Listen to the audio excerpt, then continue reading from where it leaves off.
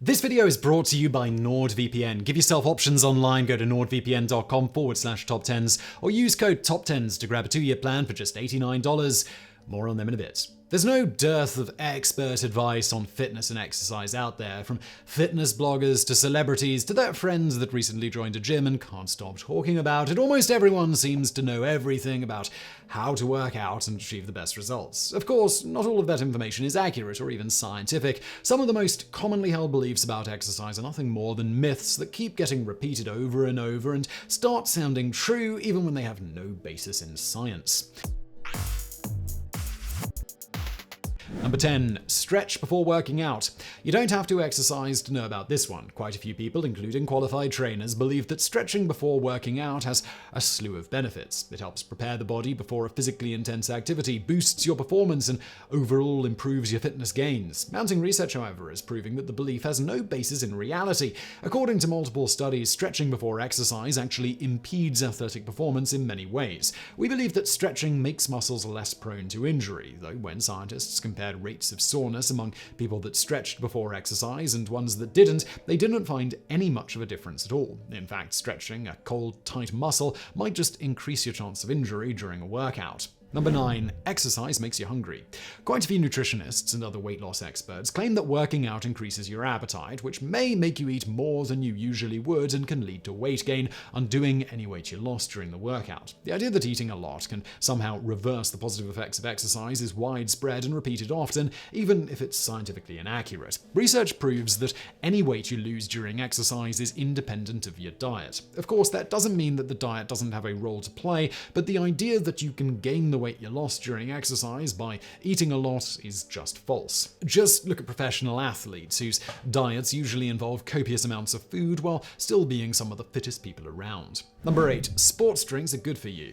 The idea that you have to stay hydrated even against your will during a workout isn't that old. In the 1970s, athletes were told to avoid any fluid before a performance as all that excess load may slow them down. Now it's all about the fluids and just water won't do. The market is full of popular sports drinks that promise to hydrate you better than water and even increase your performance. As you can guess, that is largely just a way to sell more sports drinks. Their fundamental claim is that the body's natural thirst mechanism isn't good enough to tell you when or what to drink to stay properly hydrated. According to studies, though, drinking water exactly when your body wants it maximizes performance and is actually the most optimal way to get hydrated. Moreover, sports drinks are full of sugar and have few proven benefits to health. The only reason we believe they work is clever marketing.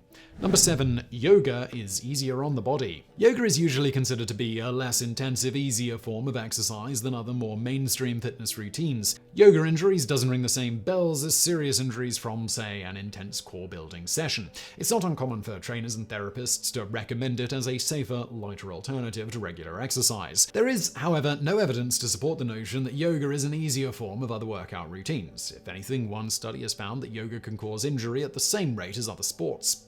It can even make existing pain worse, as about 21% of all injuries in the same study were made worse by doing yoga, making it as intense and serious as most other popular forms of exercise. Number 6. Running on a treadmill is the same as running outside. Running is one of the easiest workouts one can do to maintain fitness, though there are still many different schools of thought on what's the best way to do it. While some maintain that nothing can beat the thrill of running outside, the idea that a good treadmill can perfectly replace that, even improve on it, has gained quite a bit of ground in the past few years. So, which one is actually better? While treadmills do provide an efficient, controlled environment to run and achieve fitness goals, they're no comparison to running outside. It's good for the body's posture and gait to tackle the natural bumps and uneven ground found outside compared to the relatively monotonous surface of a treadmill. Running on a treadmill may also make you adjust and change your natural stride over time. Now, here's another thing that you should change over time: your internet protection strategy. Fortunately, there's today's video sponsor, NordVPN. We've talked before about the benefits of VPNs. This isn't 1999. Too many people are looking for your internet history. Bad actors try to steal your data and personal information. Corporations tracking your browser activity and bombarding you with ads. No one needs any of that. That's why NordVPN is so crucial. It's based in Panama, which makes it a great option for both Americans and Europeans. And look, a common misconception is that VPNs are for people who want to play defense, but they're not just for protecting yourself. You'll be amazed at the different streaming options you have when jumping on a server from another country. So protect yourself or just play around, buy for yourself, or consider it as a gift for another internet user in your life. With NordVPN, you've got lots of options, plus a 30-day money-back guarantee if you decide it's not for you. There's never been a better time to enhance your online experience with NordVPN. So head to nordvpn.com/TopTenz or use the code TopTenz at checkout, or just follow the link in the description box below. Number 5. Morning is the best time for exercise.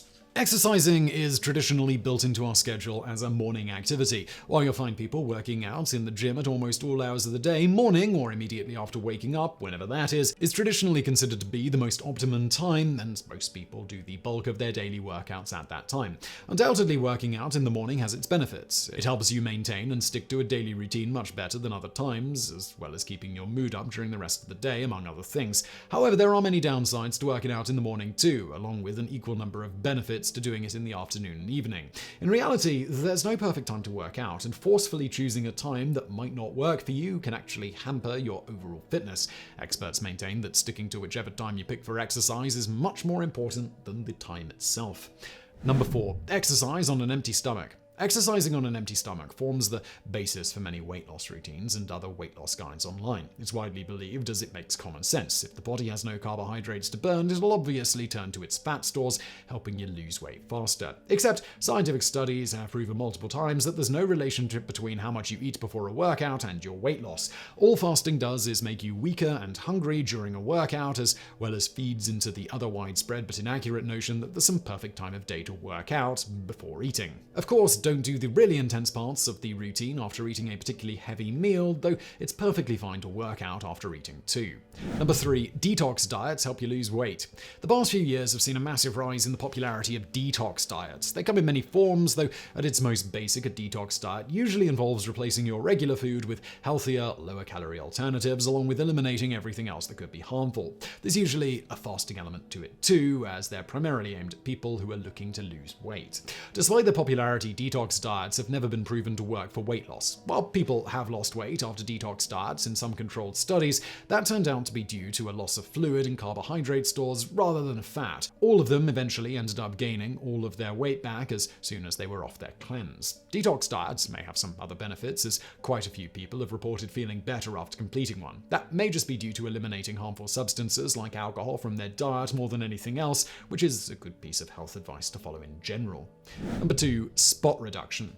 Spot reduction refers to any exercise that aims to reduce body fat in a targeted part of the body. Crunches are seen as a popular method of reducing fat in the belly area. You even find people working their triceps to trim fat from the back of their arms. The idea that it's possible to specifically target a body part for weight loss is quite popular, even if no studies have ever proven that it works. Biologically, it's impossible to target specific regions of the body to burn fat from, as the fatty acids and glycerol that burn during a workout can be from anywhere in the body, not just the one part you're working out right now.